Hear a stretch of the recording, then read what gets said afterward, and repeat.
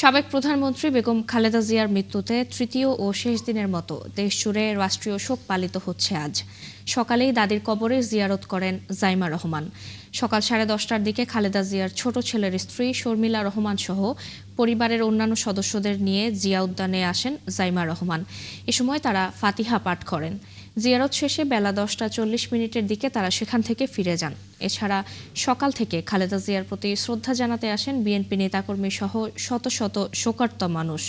এদিকে জুমার নামাজে দেশের সমস্ত মসজিদে খালেদা জিয়ার জন্য বিশেষ দোয়া মোনাজাত আয়োজন করেছে বিএনপি। এছাড়াও অন্যান্য ধর্মীয় উপাসনালয়েও প্রার্থনার আয়োজন করা হয়েছে।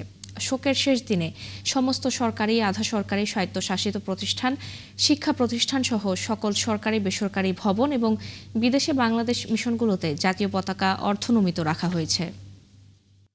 খালেদা জিয়ার সমাধিতে আছেন সহকর্মী মুহাইমুনুল খান অপু। যুক্ত হচ্ছে তার সাথে। অপু, সমাধিতে শ্রদ্ধা জানাতে আর কে কে এসেছেন জানাবেন।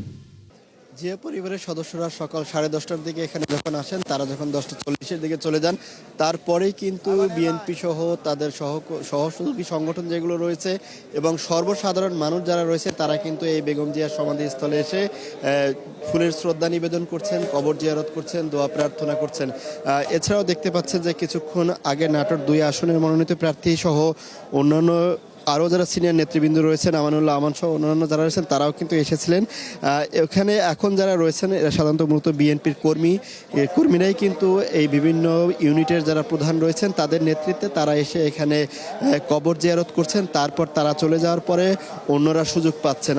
অর্থাৎ একটি ইউনিট কিন্তু 5 থেকে 10 মিনিট করে এখানে এসে কবর জিয়ারত এবং দোয়া প্রার্থনা করে চলে যাচ্ছেন। তার পরবর্তীতে কিন্তু অন্যান্যরা আসছেন এবং এই কবর জিয়ারত, বেগম জিয়ার কবর জিয়ারত আজকে তৃতীয় দিনের মতো আসলে জনসাধারণের জন্য উন্মুক্ত, দ্বিতীয় দিনের জন্য জনসাধারণের জন্য উন্মুক্ত করে দেওয়া হয়েছে। এবং সেখানে কিন্তু আমরা সকাল থেকেই দেখতে পেয়েছি যে এখানে শুধু যে বিএনপির রাজনৈতিক দলের নেতৃবৃন্দই তারাই আসছেন তা নয়, এখানে কিন্তু অনেককে দেখেছি তারা বিএনপির কোনো কর্মী নয়, কিন্তু সমর্থকও নয়, সাধারণ মানুষ যারা পরিবার, শিশু, সন্তান সবাইকে নিয়ে কিন্তু আমরা দেখতে পেয়েছি তারা কিন্তু এখানে এসেছেন। এবং তারা যেটি বলছেন যে তারা কোনো দলের কর্মী না হলেও তারা বেগম জিয়াকে ভালোবাসতেন। তার যে চলে যাওয়া, এটি আসলে অপূরণীয় ক্ষতি। তিনি বেঁচে থাকলে তিনি দেশের জন্য আরও কিছু সেবা করতে পারতেন, সেই বিষয়টি কিন্তু তারা বলছেন। এবং বিএনপির নেতাদের সাথে আমাদের কথা হয়েছে, তারা কবর জিয়ারত শেষে তারা যেটি আমাদেরকে জানিয়েছেন যে বেগম খালেদা জিয়ার চলে যাওয়ার যে শোক, সেই শোককে শক্তিতে রূপান্তর করে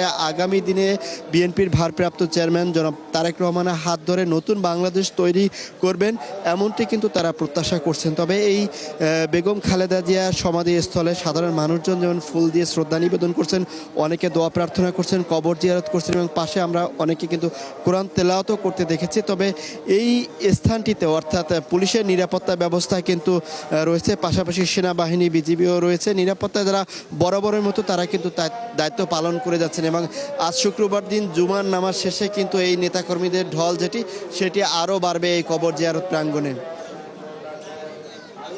ধন্যবাদ অপু আমাদের সাথে যুক্ত হওয়ার জন্য। দর্শক, জিয়া উদ্যান থেকে যুক্ত হয়েছিলেন সহকর্মী মুহাইমুনুল খান অপু।